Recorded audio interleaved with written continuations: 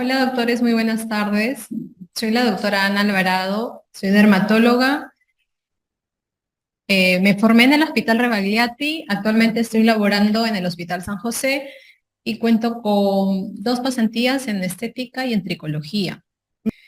Y que les sirva tanto para la práctica clínica diaria como médicos generales, o sea, como médicos no dermatólogos, pero también que les sirva obviamente para el residentado médico, para que acierten en las preguntas. Realmente de dermatología en residentado médico, las preguntas suelen ser bien hechas dentro de todo. Yo creo que las que más he criticado han sido las de NAM, no sé por qué las hacen tan ambiguas muchas veces o difíciles ya como para su especialista, ¿no? Entonces, en ese sentido, dermatología no hay que complicarse, yo creo que todo está en las diapositivas. Me pasó que en el anterior grupo, 2 semanas antes del 2 de septiembre, me estaban preguntando por temas que no había ni siquiera hemos revisado, reacciones fototóxicas, fotoalérgicas, nunca se ha preguntado, no lo tomamos en cuenta y 2 semanas antes del examen no es un momento para aprender temas nuevos, mucho menos temas extremadamente infrecuentes. Entonces hay que priorizar bien lo que se tiene, no por ser un curso chico o corto, lo vamos a dejar de lado. Yo siempre repito que en los cursos pequeños es en donde está la clave para la diferencia con el resto, ¿no? Porque todos estudian cirugía, todos estudian pediatría y muy bien, seguro que sí, pero la clave es quien acierta estas 2 preguntas, 3 preguntas, hasta 4 preguntas que viene de dermatología en cada año. Y bueno, al final vamos a tener el chat para los de streaming y para los que estén aquí presentes también para resolver juntos las preguntas. Yo sí les pido que para ayudarlos un poquito más, pregunten cosas o dudas que les ha quedado de los temas conversados, no de otros temas que de pronto veremos en la siguiente eh, parte, que nos toca el viernes 12 de noviembre, me parece, y no preguntar cosas extrañas, porque en realidad no hay por qué complicarse. Realmente dermatología es muy práctico, es muy visual, sí, pero justamente he tratado de ponerles diapositivas con imágenes que sean representativas y que aprendamos a captar las palabras claves para aprender a reconocer cada enfermedad y pues para acertar en el examen, que es lo que finalmente nos importa, ¿no? El examen nos va mejor si obviamente tenemos más aciertos al fin y al cabo.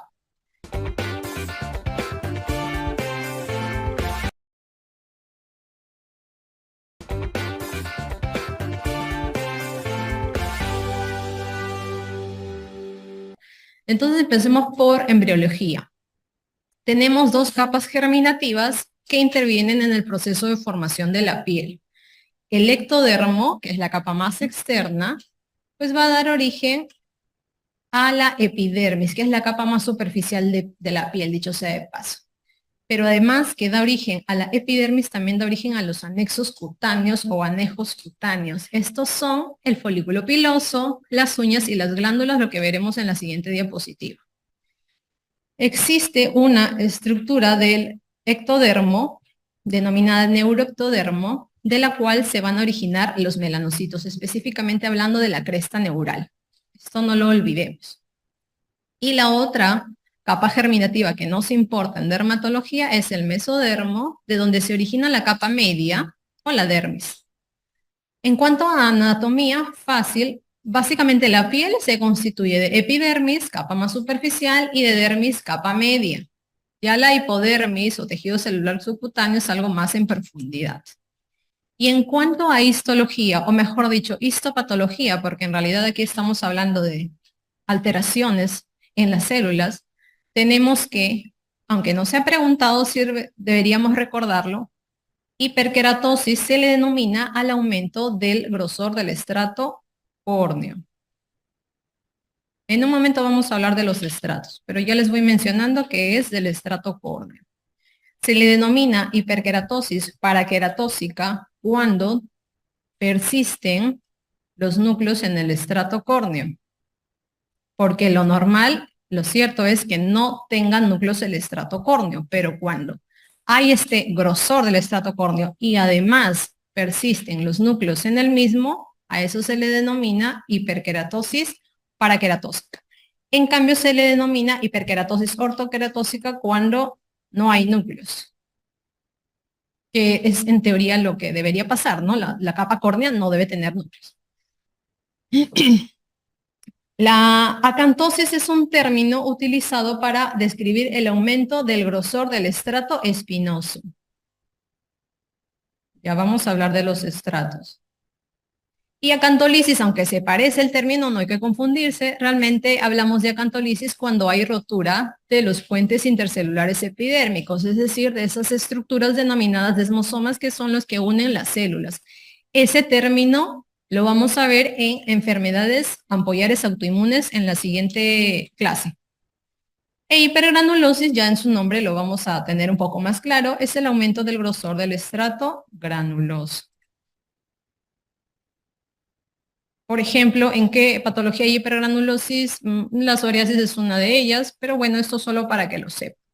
Las capas del epidermis sí me interesa que recordemos un poquito más y que nos ubiquemos en cuanto a qué células las componen, qué células hallamos en cada capa y por qué reciben cada nombre. Primero que nada, la formación de la epidermis, por así decirlo, o el proceso de queratinización, vamos a escribirlo por acá. La queratinización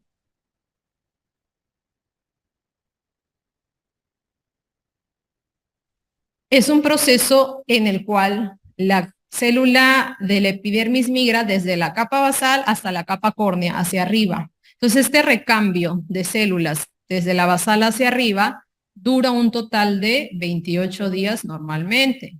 Por eso se dice que cada mes cambiamos o renovamos la piel. Eso es lo regular.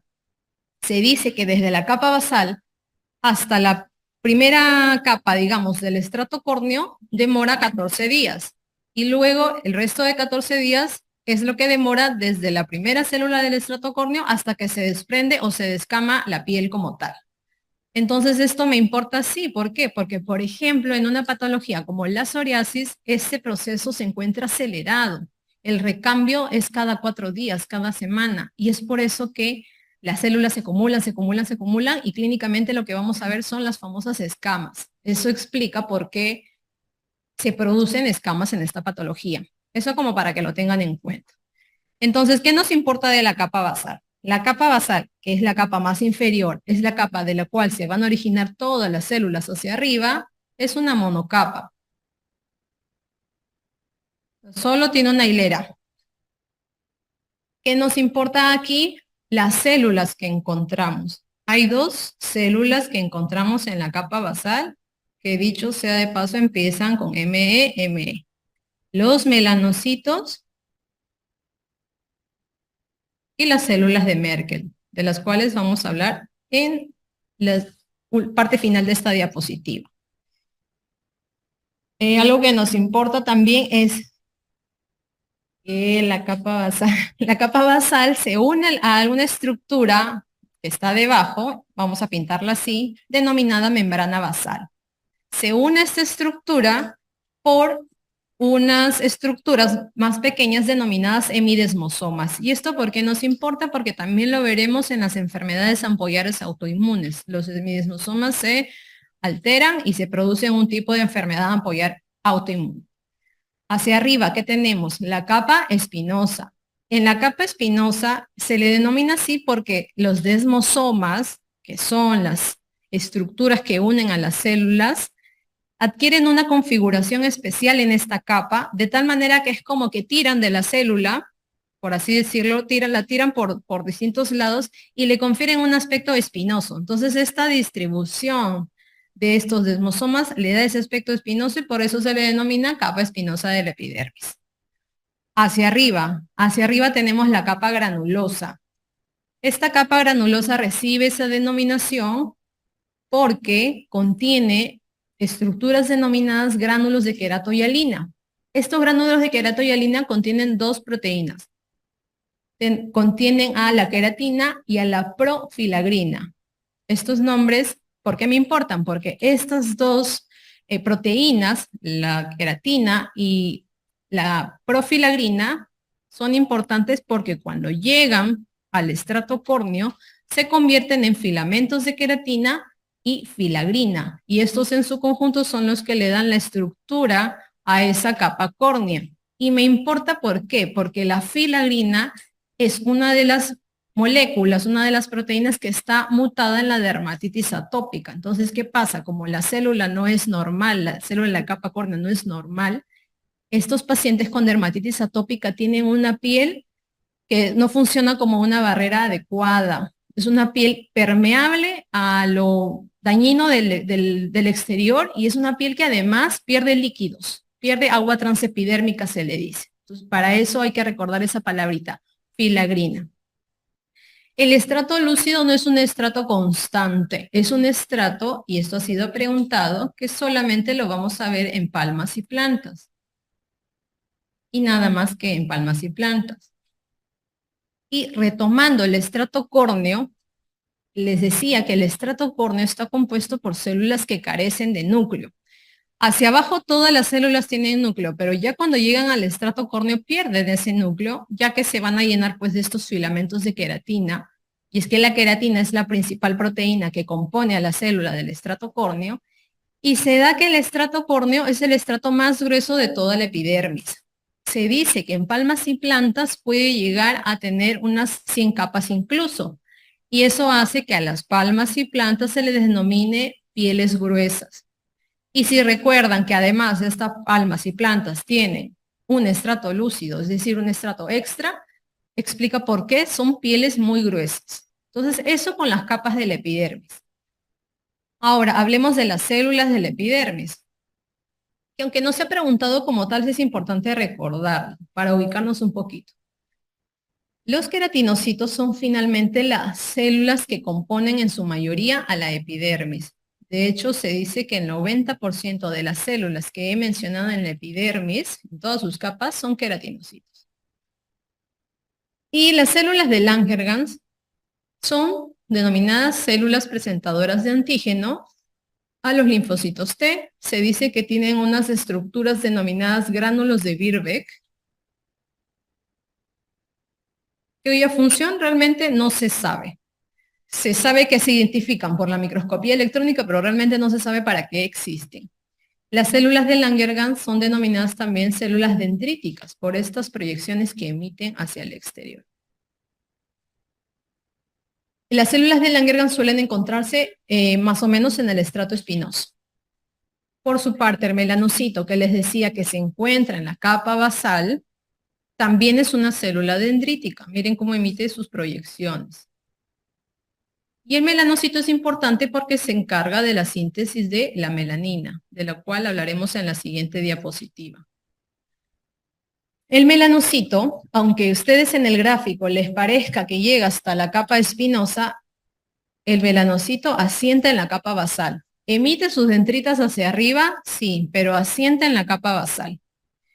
Y la célula de Merkel es el único mecanorreceptor que va a estar ubicado en la epidermis. Como veremos en la siguiente diapositiva en dermis, el resto de mecanorreceptores se van a ubicar en dermis. No se sabe el origen embriológico de la célula de Merkel. Hablemos de color de la piel. Color de la piel también se ha preguntado, de hecho.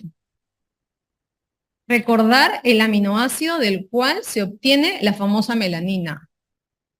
¿Cuál es el aminoácido? La tirosina. La tirosina, por acción de esta enzima denominada tirosinasa, se dice que hay una doble acción de esta enzima, se produce finalmente la síntesis de melanina en la forma de feomelanina y eumelanina. Esta primera melanina, la feomelanina, es la melanina que es la que predomina en la gente de fototipo o color de piel claro. Y la eumelanina es la que predomina en la gente o fototipo de piel oscuro. El proceso desde la tirosina hasta que se convierte en melanina es denominado melanogénesis. Y tres factores son muy importantes en que se dé esta melanogénesis. El primero es la hormona alfa-melanoestimulante que está en la hipófisis. El segundo, las hormonas, los estrógenos. Por eso cuando nos embarazamos nos manchamos. Y el tercero, el sol, o mejor dicho, la radiación ultravioleta. La radiación ultravioleta es uno de los principales estímulos para que se sintetice la melanina. Y les explico por qué. Aquí les presento lo que le denominan algunos unidad melanoepidérmica o complejo melanoepidérmico, así también lo pueden encontrar, así se preguntó en el examen.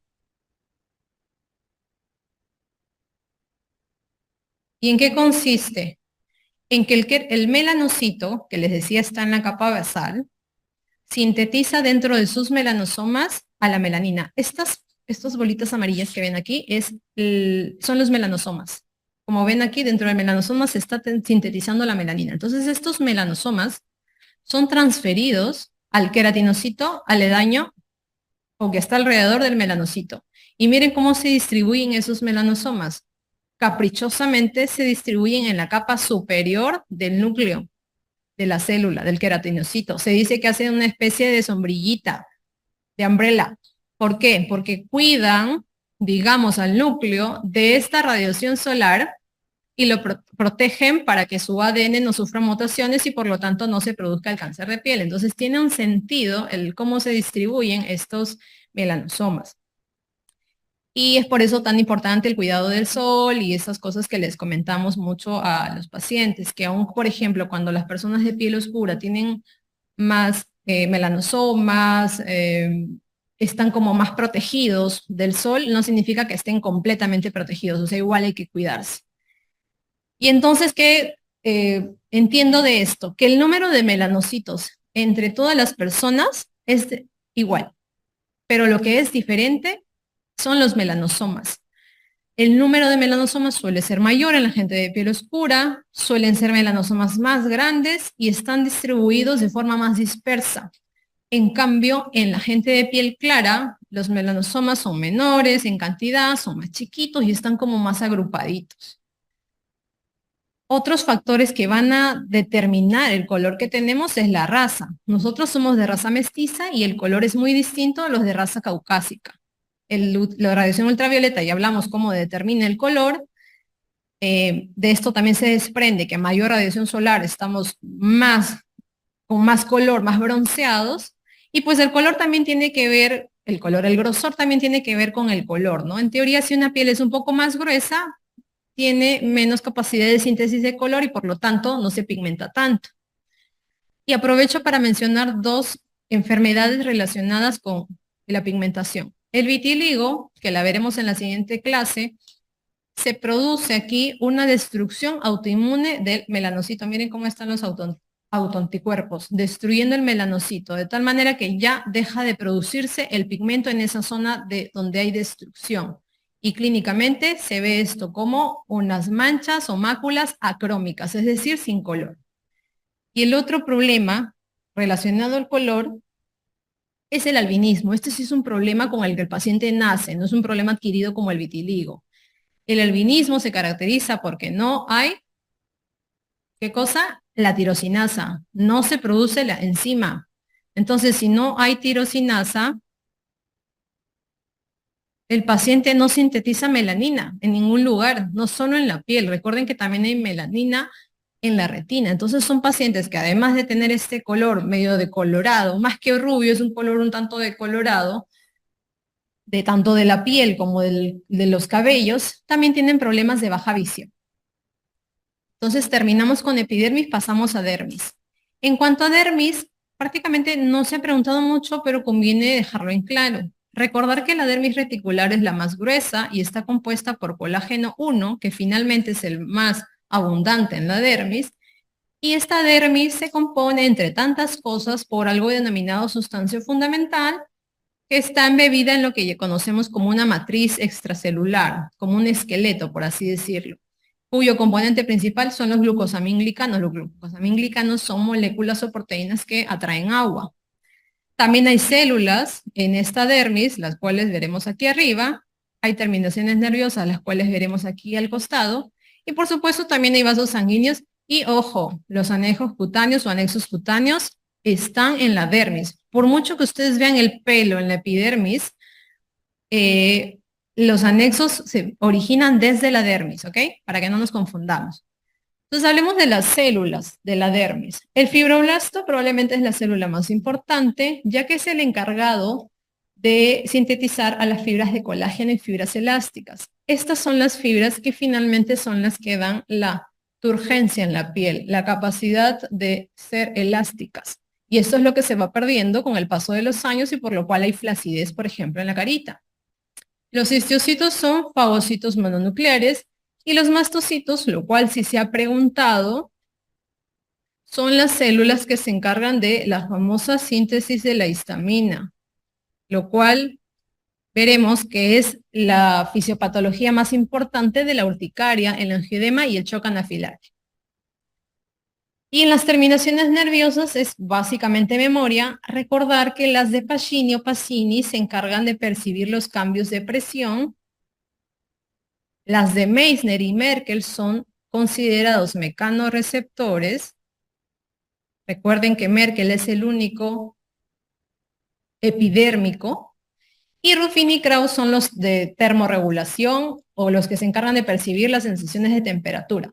Ruffini, yo siempre digo, Ruffini recalienta, es decir, Ruffini tiene que ver con el percibir el calor. Y Krauss congela, es decir, percibe el frío.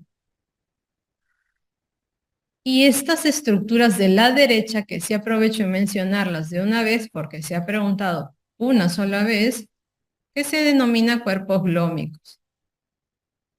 El cuerpo glómico es toda esta estructura presentada en esta imagen. Es una estructura compuesta por una arteriola, que es lo que vemos aquí, una vénula, arteriola eferente, vénula eferente, y un ovillo intraglomerular en el cual no hay capilares. ¿Qué hay aquí dentro? Hay las famosas células glómicas. Las células glómicas en realidad son músculos. Hay también células intersticiales y hay terminaciones nerviosas.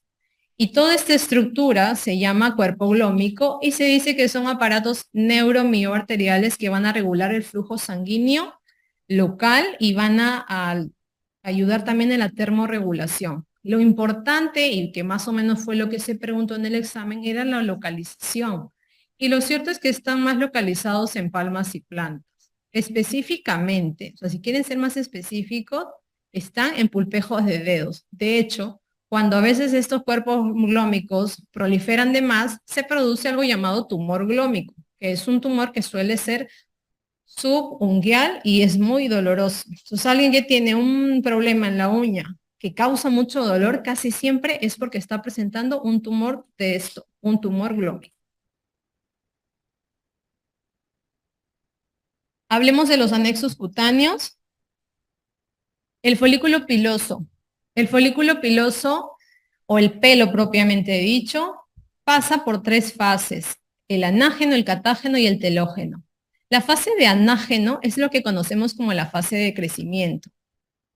Miren el porcentaje de nuestros cabellos que se encuentran en fase de crecimiento. El 90% de nuestros cabellos están creciendo constantemente. Y esta fase es la más larga también. O sea, además de que la mayoría de cabellos se encuentran en esta fase es la más duradera, de 2 a 5 años. Quienes tienen un anágeno de 2 años, pues el cabello les crecerá como hasta aquí. Quienes tienen un anágeno de que llega hasta 5 años, el cabello les crecerá hasta más abajo. Entonces, no importa qué tanto quieras dejar crecer tu cabello, el cabello ya tiene una duración preestablecida de anágeno. Pues por eso hay gente que tiene capacidad de que su cabello crezca increíblemente y otra gente no. Entonces eso ya está determinado. Para que no se ilusionen, a veces se están ilusionando, no sé por ahí. No, es así, determinado. El catágeno no me importa mucho, es una fase de involución, dura poquito. El telógeno me importa porque habla de los cabellos que se encuentran en fase de caída. Miren, el 9% de nuestros cabellos, o para ser más prácticos, el 10%, piensen así, de nuestros cabellos están cayendo constantemente. Y eso es normal, o sea, no es posible no perder pelo, siempre perdemos pelo.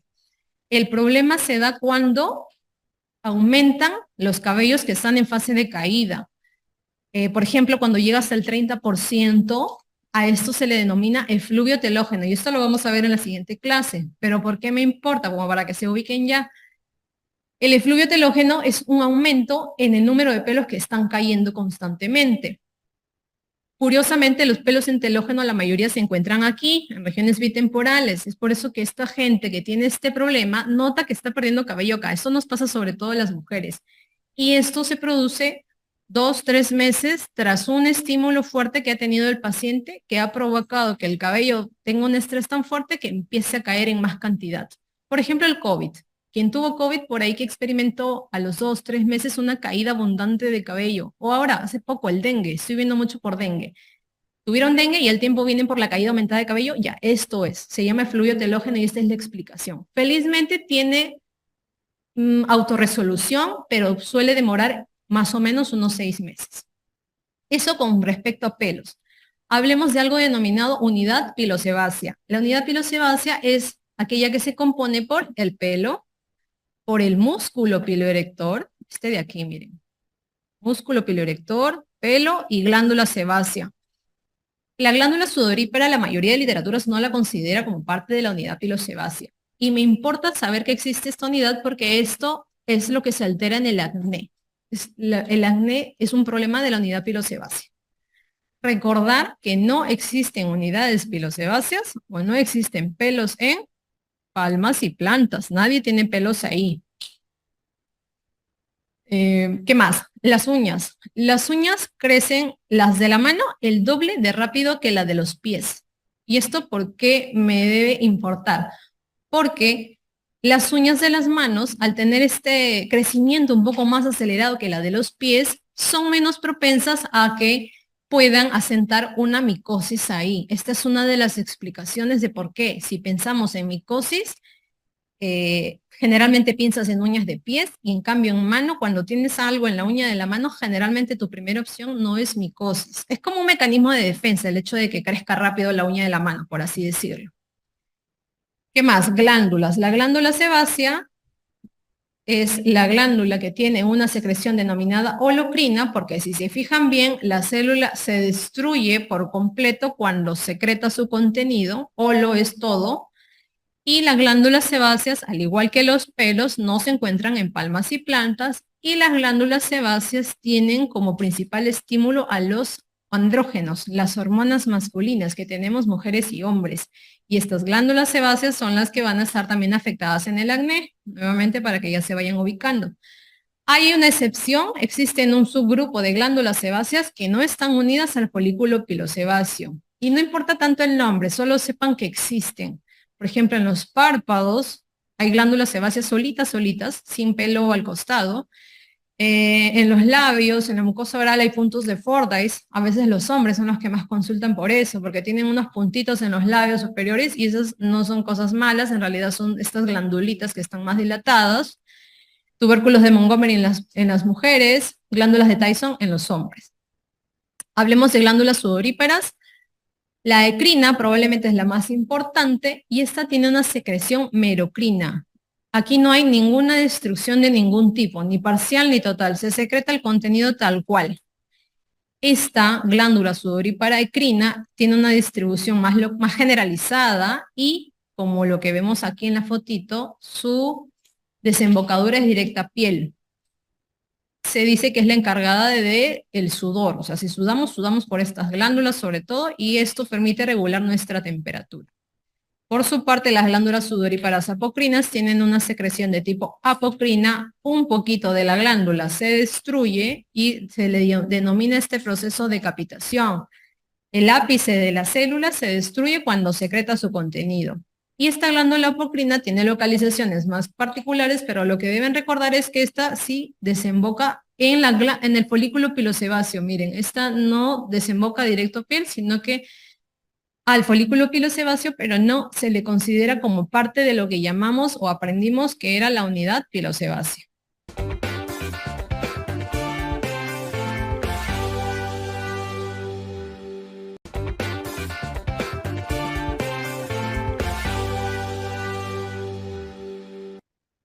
Entonces, hablemos ahora de semiología cutánea.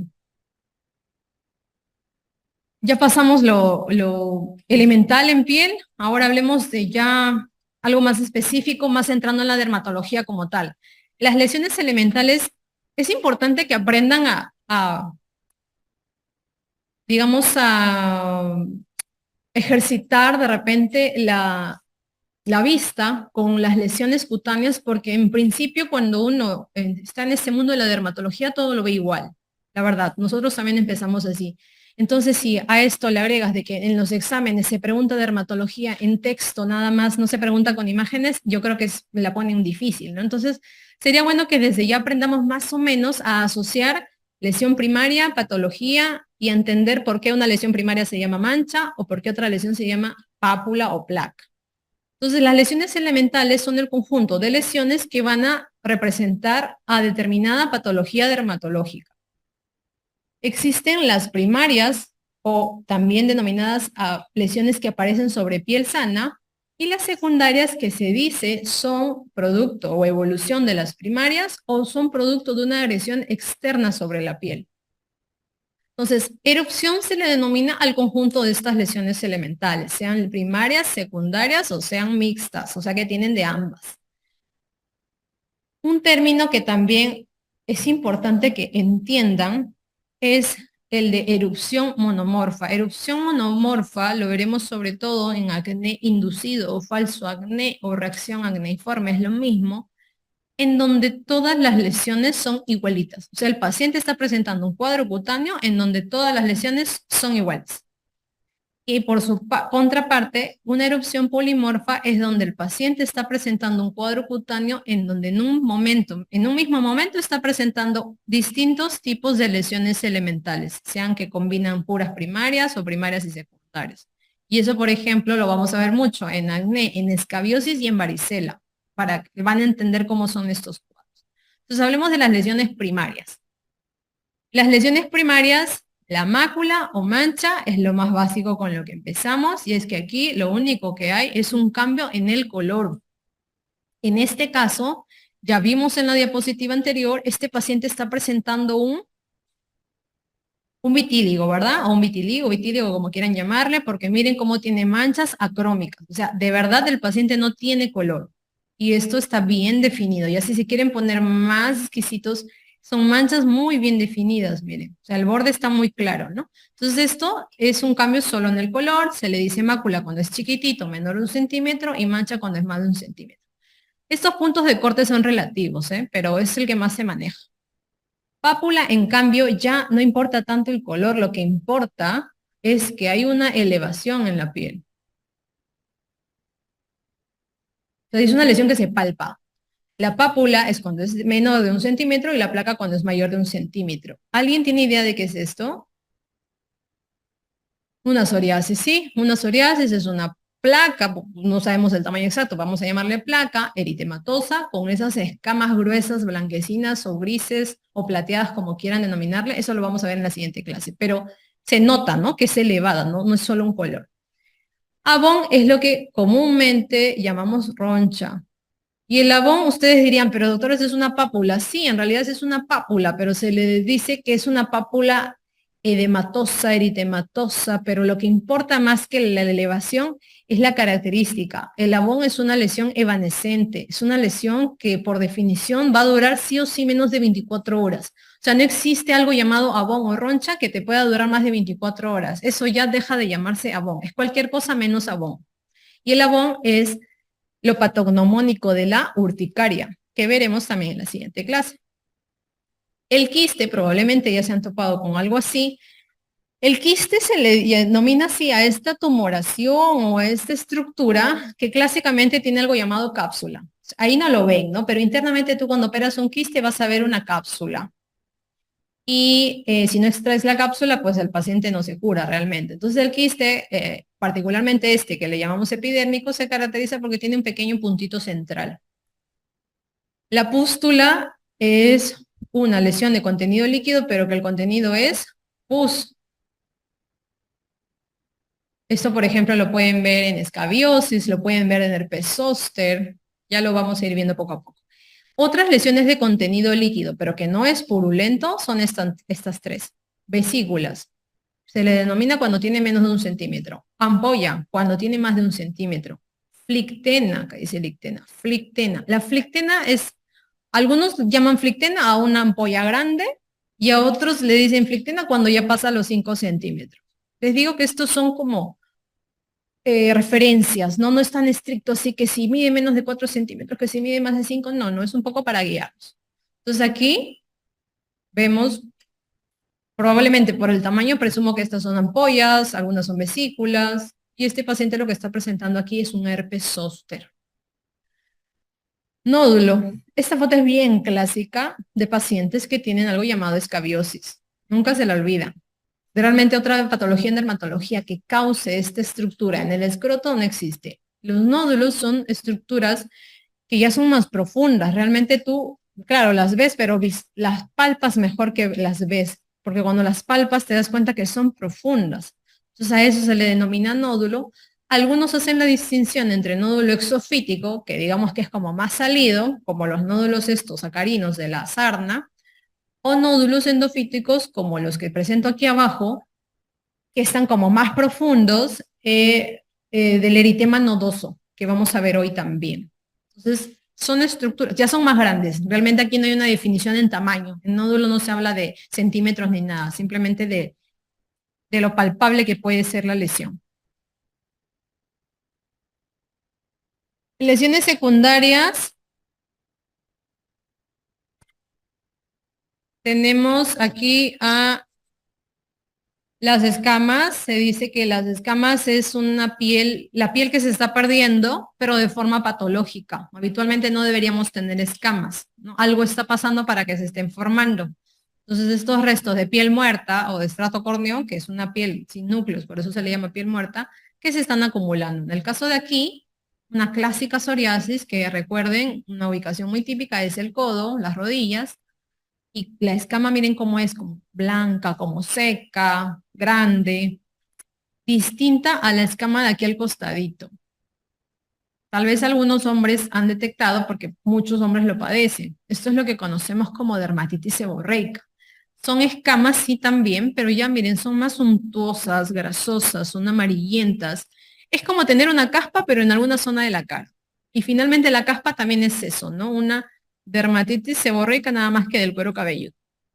Entonces esta escama es distinta a la de la psoriasis, pero también se le llama escama. La cicatriz es la manera en cómo tu piel repara frente a un traumatismo y puede reparar de forma exagerada, creciendo además, por ejemplo, provocándote un queloide, que es esa cicatriz gruesa, amplia, que ya escapa del borde de la cicatriz inicial, o sea, se hace más grande de lo que inicialmente fue, o puede ser una cicatriz atrófica o hundida o deprimida, que por ejemplo es lo que vemos en el paciente con acné.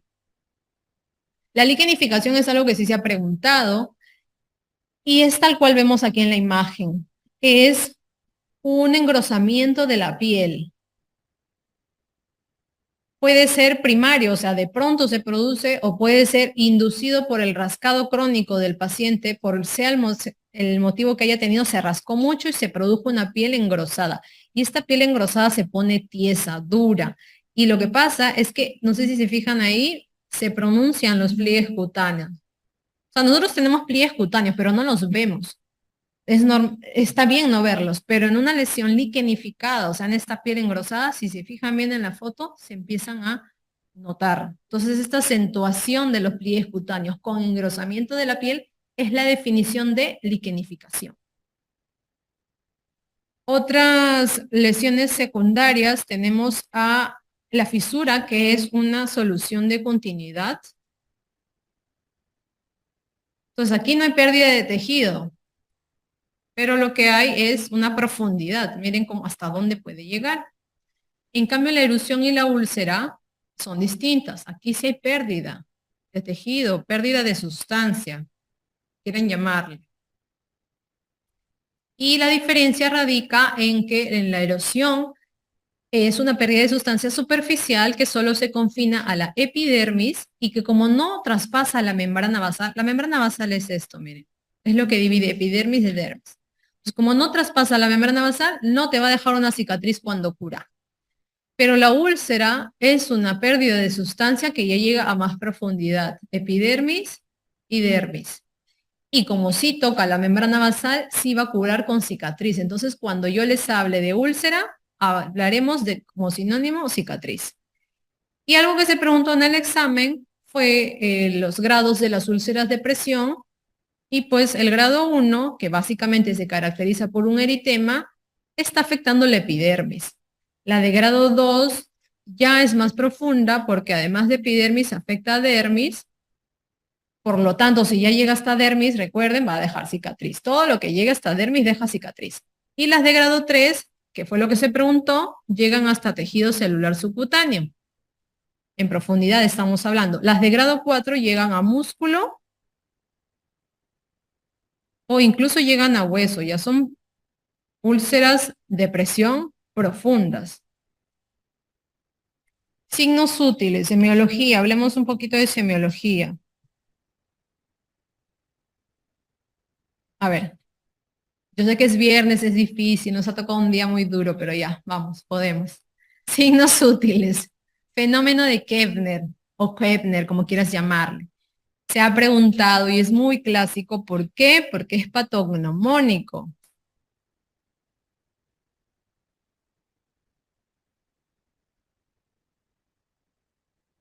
Perdóname, es muy preguntado porque es confundido con uno que sí es patognomónico. Este fenómeno de Koebner es un cuadro en el cual, lo vamos a describir primero y luego lo escribo. Tú tienes una piel sana, ¿ya?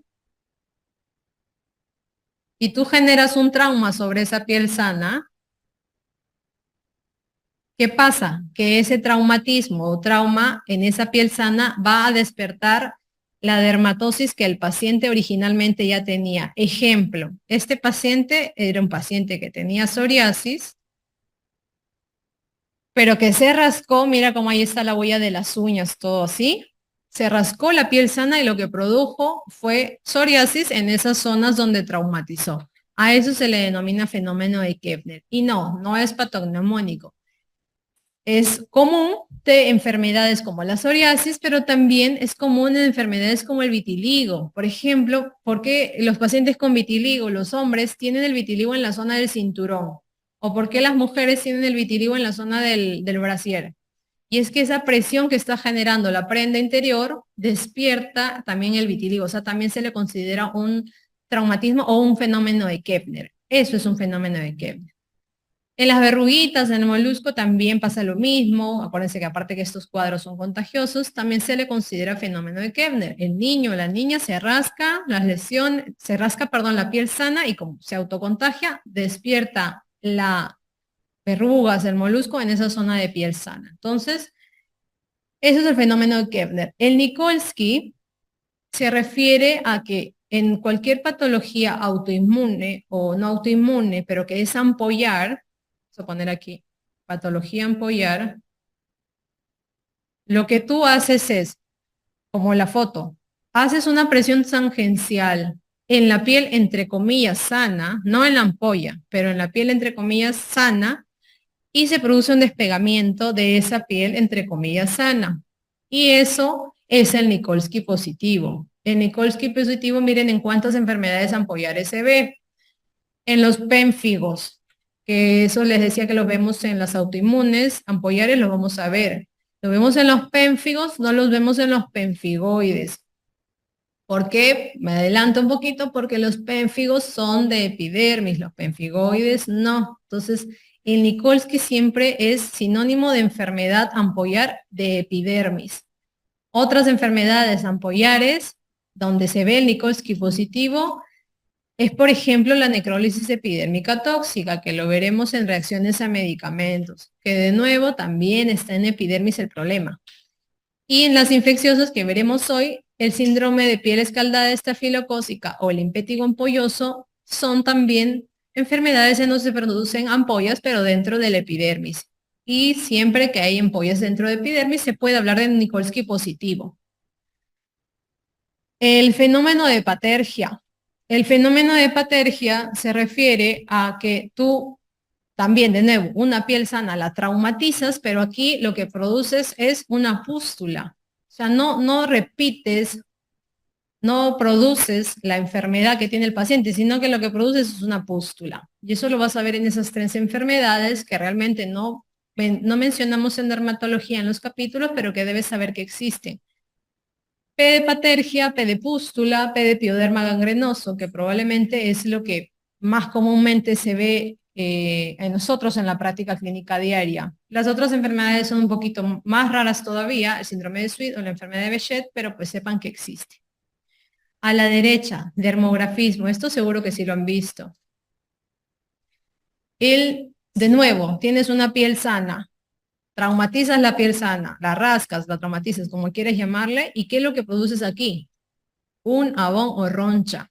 Eso es muy clásico. Miren, de hecho el paciente está presentando un abón o roncha, pero miren, con la forma de lo que le han escrito. Entonces, eso es un dermografismo.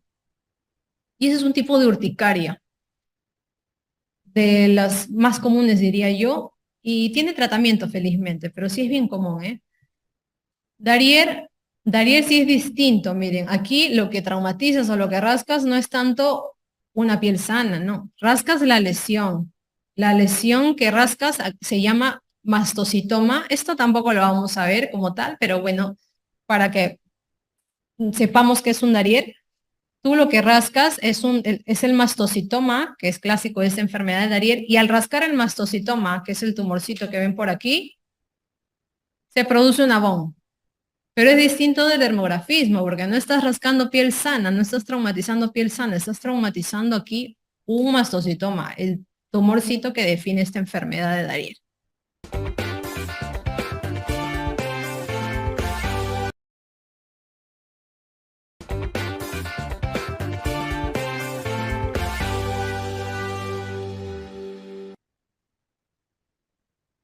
Ahora sí, volvemos a lo patognomónico que me había salteado.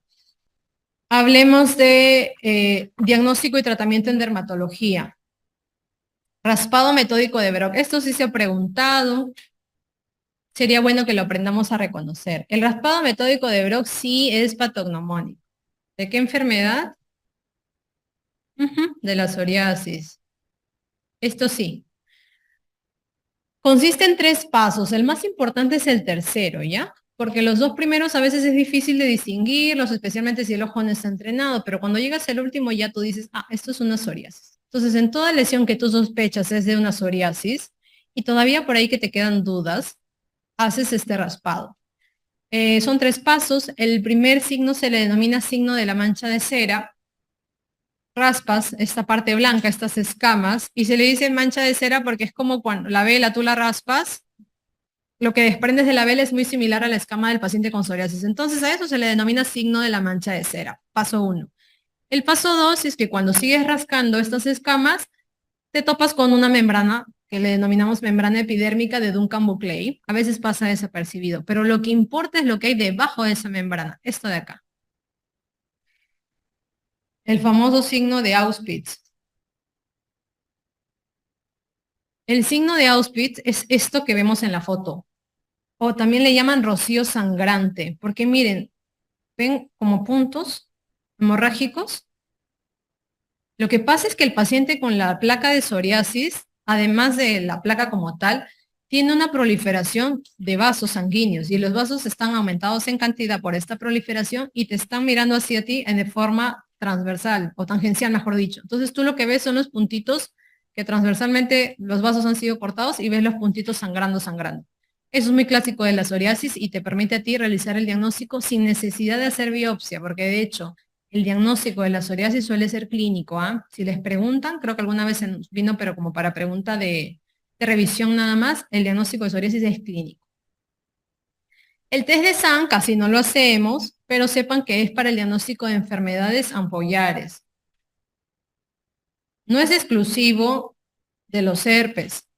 Si bien se utiliza más para identificar a los herpes, cuando tienes dudas, sirve hasta para los PENFIL. Por eso es que en general hablo de enfermedades ampollares. Y lo que haces es que revientas la ampollita con mucho cuidado y raspas la base y esta base la llevas a examinar una lámina portaobjeto al microscopio y en este caso cuando es por herpes lo que vas a identificar son los cambios citopáticos por el herpes. Es una ayuda cuando tienes dudas. No lo hacemos mucho en realidad. El KUH más cultivo sí, van a escuchar que lo voy a mencionar mucho en tiña capitis y en onicomicosis. Son las 2 micosis en las que sí o sí deben hacer KUH más cultivo. Es una forma coloquial de llamarlo, ¿ya? Pero lo correcto es denominarle frotis, directo, para hongos, más cultivo, para hongos. pero ya se entiende en la práctica clínica diaria. ¿Y qué es lo que se hace? Cuando tú sospechas de una infección micótica, lo que tomas de muestra, bueno, eso lo hace el laboratorio, pero te explico cómo es. Tomas la muestra de las escamas, sea de la uña, sea del cuero cabelludo, sea de la piel, si es que también quieres hacer de la piel, y estas escamitas las llevas a una lámina portaobjeto para verlas en el microscopio. Pero antes de ver la microscopio, como ves aquí en la foto, le aplicas esta sustancia denominada KOH o hidróxido de potasio. Entonces, esta sustancia tiene queratinasas, o sea, va a destruir esa queratina que te está estorbando de esas escamitas y va a permitir que visualices mejor al honguito al microscopio. Es un examen rápido, lo puedes hacer en horas y te puede dar pistas ya. Que salga negativo no implica que no haya hongos, ¿ah? Porque a veces te puede pasar eso. O sea, eso no es lo más categórico. Lo que sí, digamos, es el estándar para un diagnóstico de micosis es el cultivo. El problema es que el cultivo puede durar de 3, 4 o hasta más semanas dependiendo del lugar en donde lo realices. Pero el cultivo ya es más fidedigno de que de verdad estás frente a un hongo o no. Y eso, como les digo, lo usamos mucho en tinea capitis y en onicomicosis. La biopsia de piel es tomar un corte de piel de la forma en que podamos, sea con un sacabocado como lo de la foto, sea con un corte más profundo, para analizar la piel fijado en una lámina de parafina ya con el anatomopatólogo, cuando pues tenemos dudas de algunas enfermedades. La luz de Wood o lámpara de Wood es una luz especial que sirve para el diagnóstico de enfermedades pigmentarias, por ejemplo, vitiligo, por ejemplo, melasma, y también para el diagnóstico de enfermedades micóticas. Lo cierto es que no lo usamos mucho porque el diagnóstico de estas enfermedades pigmentarias y micóticas lo hacemos de otras formas, ¿no? Pero sepan que existe esto. El tratamiento tópico en dermatología tiene principios básicos que hay que tener en cuenta. Primero que, dependiendo del espesor de la estructura a tratar, hay que tener en cuenta que hay mayor o menor penetración de un tratamiento tópico. Por ejemplo, las mucosas o la piel como tal delgadita del cuerpo, la piel más delgadita es la del escroto y la del párpado, son estructuras tan delgadas que van a tener mayor penetración de cualquier producto tópico que uses ahí. Entonces hay que tener mucho cuidado cuando trates tópicamente estas zonas. Pues si te vas a usar un producto fuerte, hablemos del clobetasol de una vez, que es lo que todo el mundo usa a veces porque tiene a la mano, el clobetasol es el corticoide más potente que existe. Pues no lo puedes utilizar en una piel tan delgadita. Eso en principio. ¿Por qué? Porque va a haber mayor penetración y mayor chance de efectos secundarios. En cambio, lo opuesto, las palmas y plantas es una piel gruesa, eso sí nos quedó claro desde el inicio, entonces ahí pues sí sería adecuado usar un clobetasol cuando hay que usar. Y las uñas son las estructuras incluso más gruesas. Aquí sí una crema, un tratamiento tópico como crema no va a funcionar, prácticamente es impenetrable. ¿Eso por qué? Porque recordemos que en tiña, mejor dicho, en onicomicosis van a ver que yo cremas no desaconsejo el uso de cremas, que es algo que hemos hecho todos en alguna vez. ¿Por qué? Porque lo que les estoy diciendo, no hay forma en que una crema penetre en la uña. Y aquí el ejemplo, ¿no? Y aquí el cómo darse cuenta de que cuando les hablo de piel gruesa, piel delgada, miren la piel de los párpados, miren su estrato córneo, delgadito. Esto, ni siquiera lo de abajo, esto. Y miren el estrato córneo de una palma planta, o sea, es lo contrario, ¿no? Entonces, eso explica por qué hay que usar unos productos y no otros en cada zona de la piel. Y esto como para recordar que los geles son vehículos más adecuados para áreas con pelo, para piel grasa, y que las cremas, que es lo que prácticamente usamos todos, le va bien a una piel delgada y a lesiones cutáneas que son recientes o más o menos recientes. Y en cambio, estos vehículos más grasos, como la pomada y el ungüento, van mejores en piel gruesa, como las palmas, las plantas, y en lesiones antiguas, como las lesiones liquenificadas que vimos en un inicio, a eso le llamamos lesiones antiguas. Y corticoides tópicos, hablemos de tratamientos en dermatología. Corticoides tópicos son los productos que más utilizamos en dermatología. Estos actúan sobre receptores citoplasmáticos y tienen propiedades antiinflamatorias, antimitóticas, vasoconstrictoras, inmunosupresoras y miren incluso antipruritíticas. O sea, el corticoide tópico sí puede calmar la picazón. Y lo que les decía, ¿no? Los corticoides tópicos están en los extremos, el más potente, el clobetasol. Un clobetasol no vas a usarlo en una piel delgada como el escroto, como los párpados o como la misma cara. No usen clobetasol en la cara, por favor. Veo que lo usan muy frecuente, no hay que hacerlo. Para las palmas plantas va bien. También depende de qué tipo de patología estás tratando. Por ejemplo, una psoriasis sí necesita un corticoide potente. Un clobetasol va bien. Pero una dermatitis seborreica no va a necesitar un corticoide potente, va a necesitar uno de mediana potencia.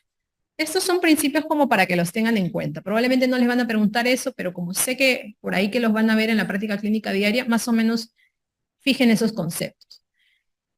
Y lo opuesto, los corticoides de potencia baja, la hidrocortisona. Esos van muy bien en estas áreas que les dije, ¿no? En el escroto, en los párpados, en los niños, por ejemplo. Hay que saber más o menos con qué usar y en qué momento. ¿Y por qué? Porque hay que tener tanto cuidado con los corticoides tópicos, no son tan inofensivos como parece. Por estos efectos, miren, telangiectasias, cuperosis, uno pensaría que eso es una rosácea, no, es una iatrogenia, por lo tanto, uso de corticoide tópico.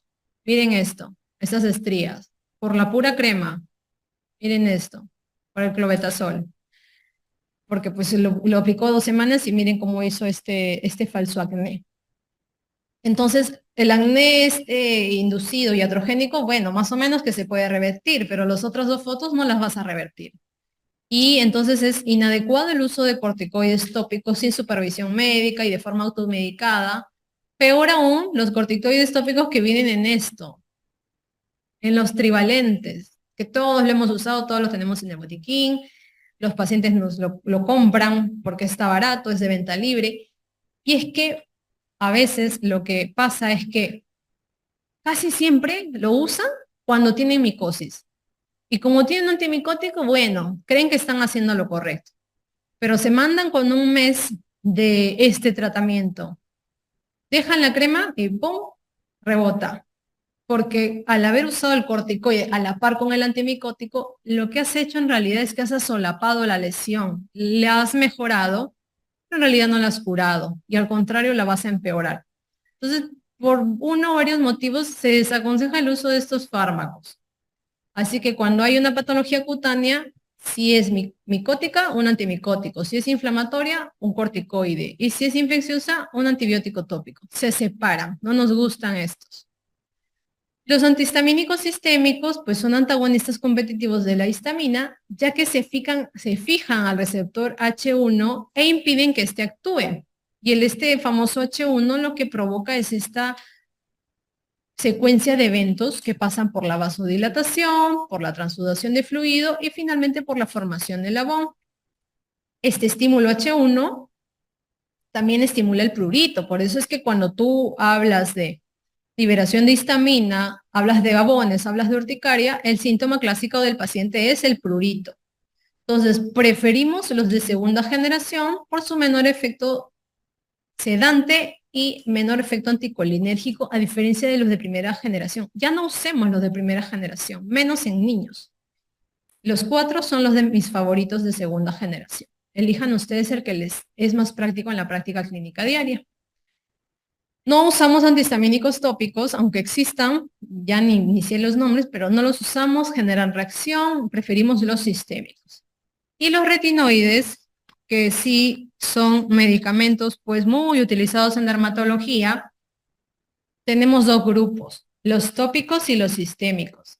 De los tópicos, seguro que han escuchado estos dos, el ácido retinoico al 0.025% o al 0.05%, y el adapaleno al 0.1% o al 0.3%, ambos utilizados en acné.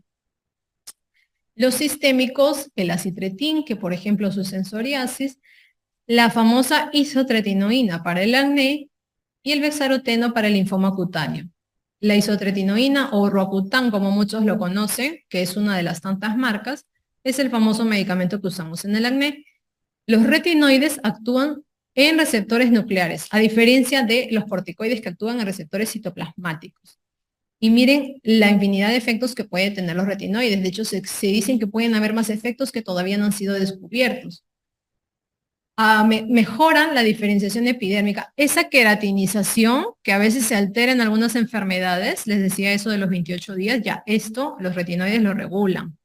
También son buenos antiinflamatorios, por eso es que funcionan tan bien en el acné, desinflaman el acné tan severo que tienen los pacientes, bloquean la actividad de la glándula sebácea, la hacen más pequeña de tal manera que secretan un sebo mejor en calidad y disminuido en la cantidad que está secretando. Entonces es muy bueno por eso en el acné.